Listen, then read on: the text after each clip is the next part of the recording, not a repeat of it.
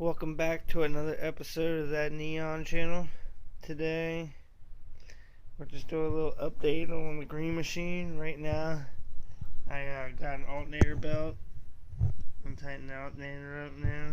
I got the alternator on, the belt on, the underdrive on. Anyways, to tighten up your your alternator belt, it's a 13 millimeter right here that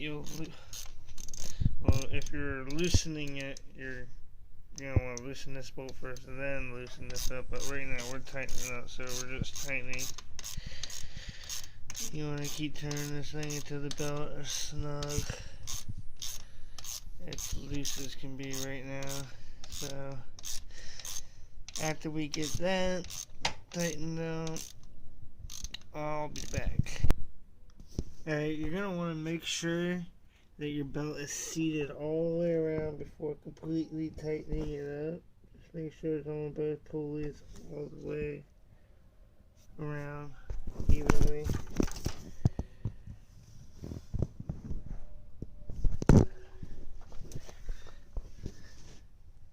make sure it's doing good. And then snug it down. I like to make sure it's like finger tight. That's perfect tightness. I'm gonna give it like one or two more little turns so it shreds the belt. Then you're gonna want to take a 15 millimeter and tighten this nut up, and then your alternator will be finished and tight. I'm pretty sure it's 15. Let me make sure exactly. And then my bolt. Alright, after we get that tightened up, I'll be back. Alright, we got that nice and tight. Now the alternator is good to go to charge the battery whenever we start the old green machine up. Definitely not ready to do that yet. Let's see what we can do next. Can we run this one? These are coming from. Start on.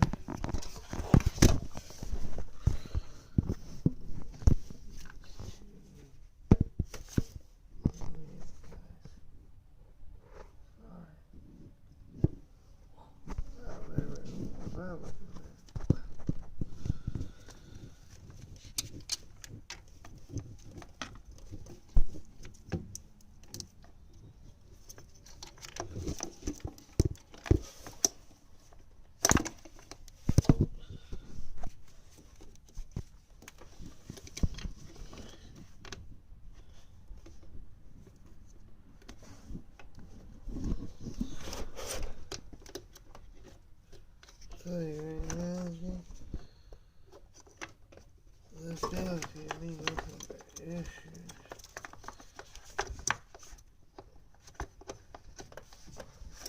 But after I figure this out, I'll be back.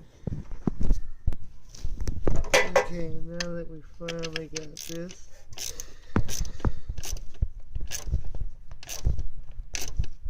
you need two hands to do everything, guys. Just snug her out. Make sure you get both those wires on, like you saw me trying to finger with. Alright, now the starter's hooked up. What can we do next? Oh yeah, I found a clutch cable. Show you guys how to use this thing. These things always give me an issue. I'll probably give everybody else an issue too. Some people be like, nah, I got it every time, dude. You're just an idiot.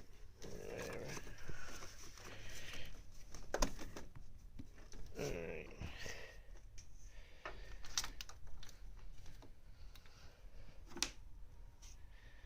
Take your clutch cable. Take this end right here. Shove it through this hole. Right there. Wow, dude. I'm terrible with the camera.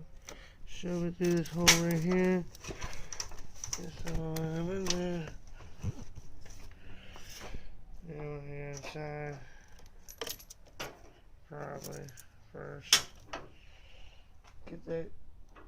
cable and the pedal in there. I'm going to push this piece of the cable through so you can have something to hook onto in there. After I get down there, I'll be back. Alright guys, an easy way to get this cable to push back through so you can hook the clutch cable up is take your floor mat, put it on the clutch cable to push it down with the clutch pedal, and then you can push that cable into the cabin so you can hook it onto the pedal down here. And you're gonna want to, where are we at? Okay. Here.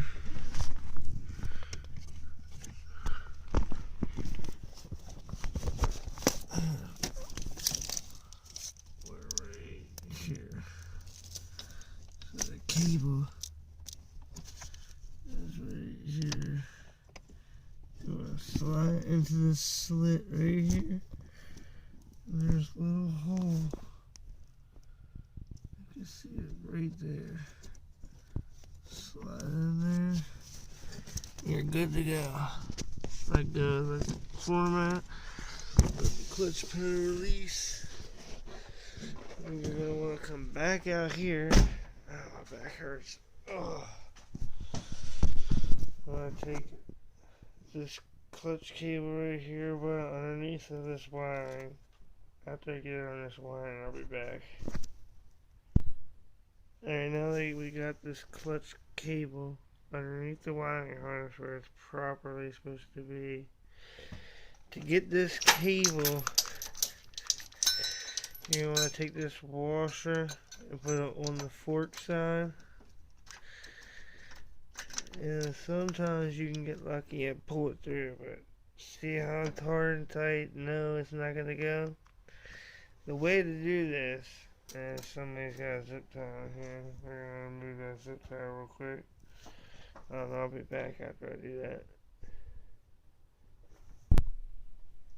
Alright, the easiest way to get this clutch cable on here, I don't know if y'all can see me, but this is how I'm going to have to do it with the Sohc stick. Grab the cable. Take this cable, this plastic, pull back. I guess I'm going to have to go around first.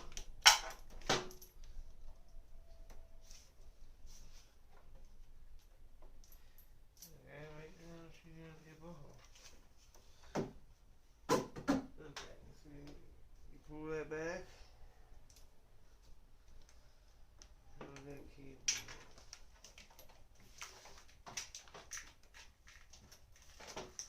I forgot to push it into the firewall, but it pushed itself in. That's what I would do. You keep holding that cable out, pop it in, done. Clutch cable's done. Go inside, push it once or twice till it's at the desired clutch point.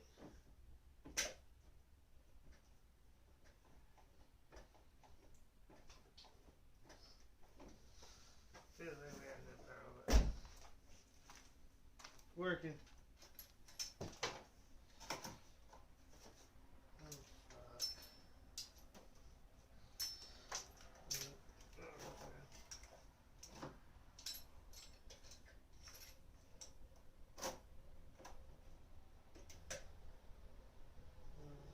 That easy to pull the clutch pedal, but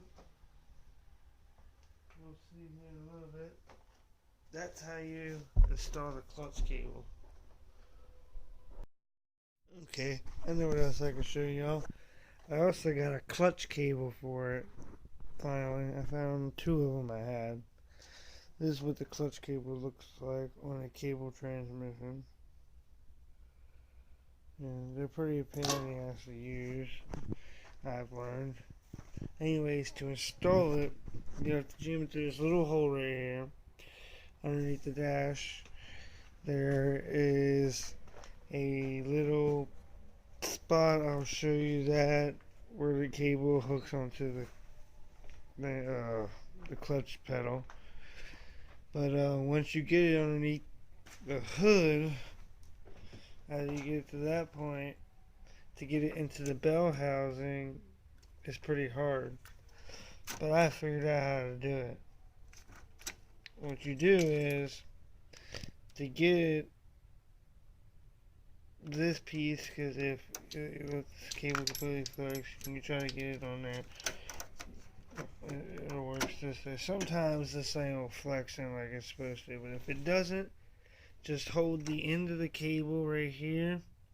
I'll show you over here in the light on this one. Hold the cable right here and just pull back on this right here while you're holding this. And this spring will compress and it'll be like this big. And that's how you get it to work. Oh, I know why this one's in the trash, because that piece is broken. See, that right there, if your clutch isn't completely engaging, that could be your issue. A little crack like that will ruin your day, I promise. But yeah, just for future references. Yeah, tomorrow, I think, for the girlfriend for Christmas, I think I'm gonna sandblast her Owen RT intake. This is my homemade sandblasting box. In case y'all have ever seen this in the background, I was wondering what it is. I built this when I was down for a couple weeks after I wrecked my motorcycle. But I have her intake manifold in here ready to sandblast it, so we can either powder coat it or just put it on there nice and clean. And this is a piece of a Jeep. I use it, I zip it up. It's pretty badass, honestly. I don't care, haters can hate. I got me a nice fluorescent light. At least I can sandblast and you can't. It hasn't been lit up in a while here, so alright, but look how fast that was. So yeah, we're gonna sandblast this. We'll do a little video of that for you, how to sandblast anything, and then take manifolds, etc. That'll be a nice little project to look forward to for her car. Tell me if you like my sandblaster. I painted this thing.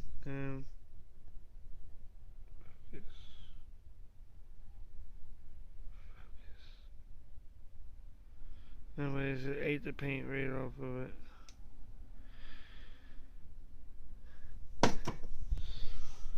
Side exhaust is gonna come out right here, right after the back of the roof.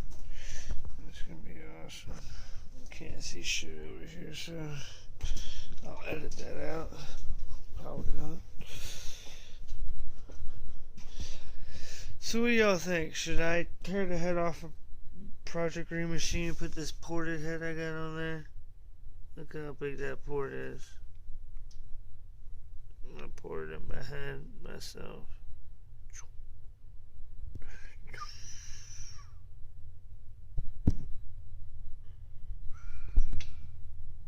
Velocity stacks. It's like, or should I stick a dual cam head on it? Make it like turbo compression, stock dual cam head, and put a dual cam SRT4 turbo on it. It's like, just kidding. I got the single cam turbo, unless the girlfriend takes it for her car. But that's always a better choice. I don't know. I'll be back. Alright, y'all. Now we're putting a struts in the front. They're just stock old plain shitty struts. Just get it going, and actually it's just gonna be the other driver, but it's pretty easy to put the struts in. You just take the strut, there's 3 bolts on top, there's 3 holes in the strut body. Take your strut bolts, slide up through, put your 3 bolts on, tighten them down, and you're done.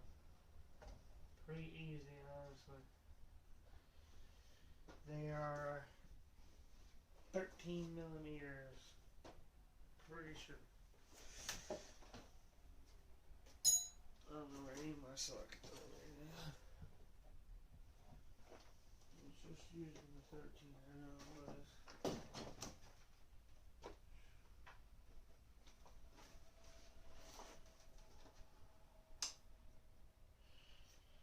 That's boys and girls, right? Always push the tools back. 13 exactly.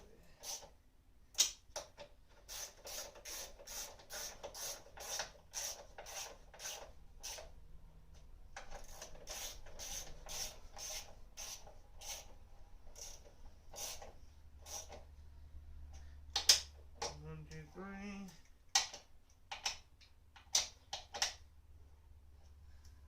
Same thing with this side. We're just gonna wanna do the same thing.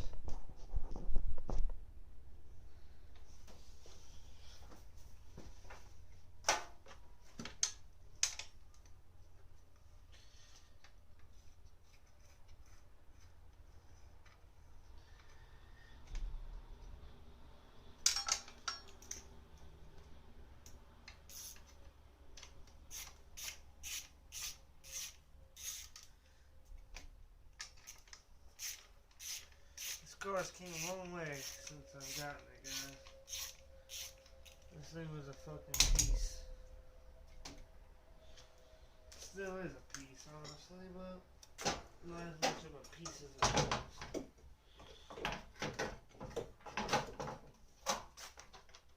I'm gonna put these ricer bolts on there because they match. Never fell foggy. It's because the race car cycles our brakes. Not this thing because race cars. And same as the other side, just tighten these 3 bolts down. Get what you want, you can do a star pattern.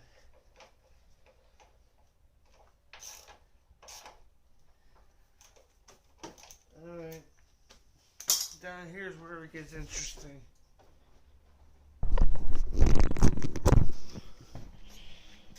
And here we have my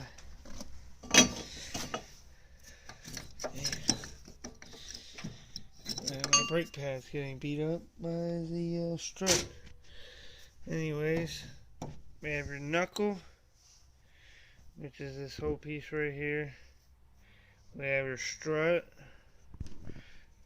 holes in the strut, holes in the knuckle.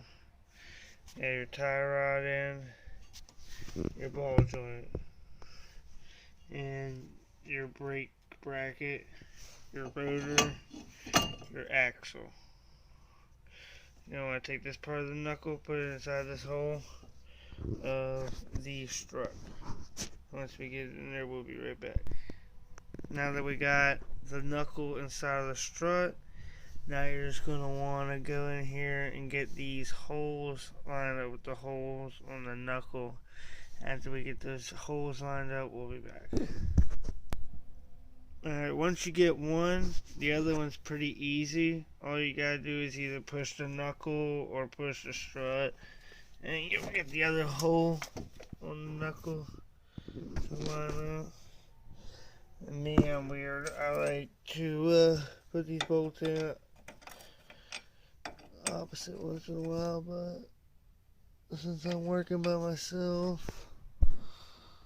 we're gonna do it how we can get it. After I get this other bolt in, I'll be back. I just can't do it with one hand. Alright, after you get those bolts in there, just take a hammer. I know it's not the right hammer, but it works. It's a hammer. Take your nuts, your 2 nuts, put them on each one of your bolts.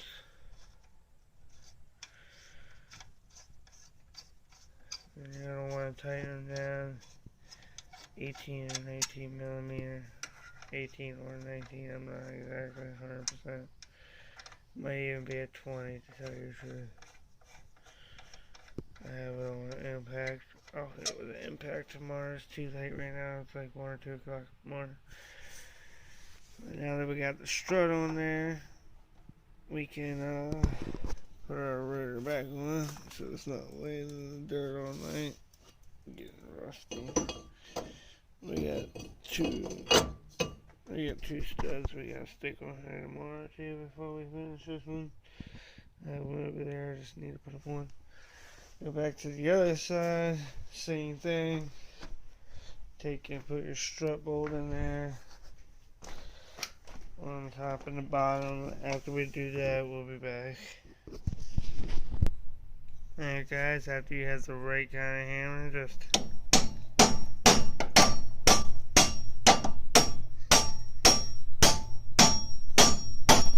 gently knock them both in there, gently, yeah. Let me just beat them both in there. Put both your nuts on them. And then that'll be done. You don't have to get in alignment one day unless you don't care. I really don't care. I can get them pretty close to straight, and that's all that matters to me. Tomorrow we're gonna do the brakes because the girlfriend will be here for Christmas, and she'll enjoy helping me. That's how you install struts in your Dodge Neon. Pretty easy. I mean, there's not much to it. Alright, next we're going to be doing is we're going to put this exhaust manifold on there.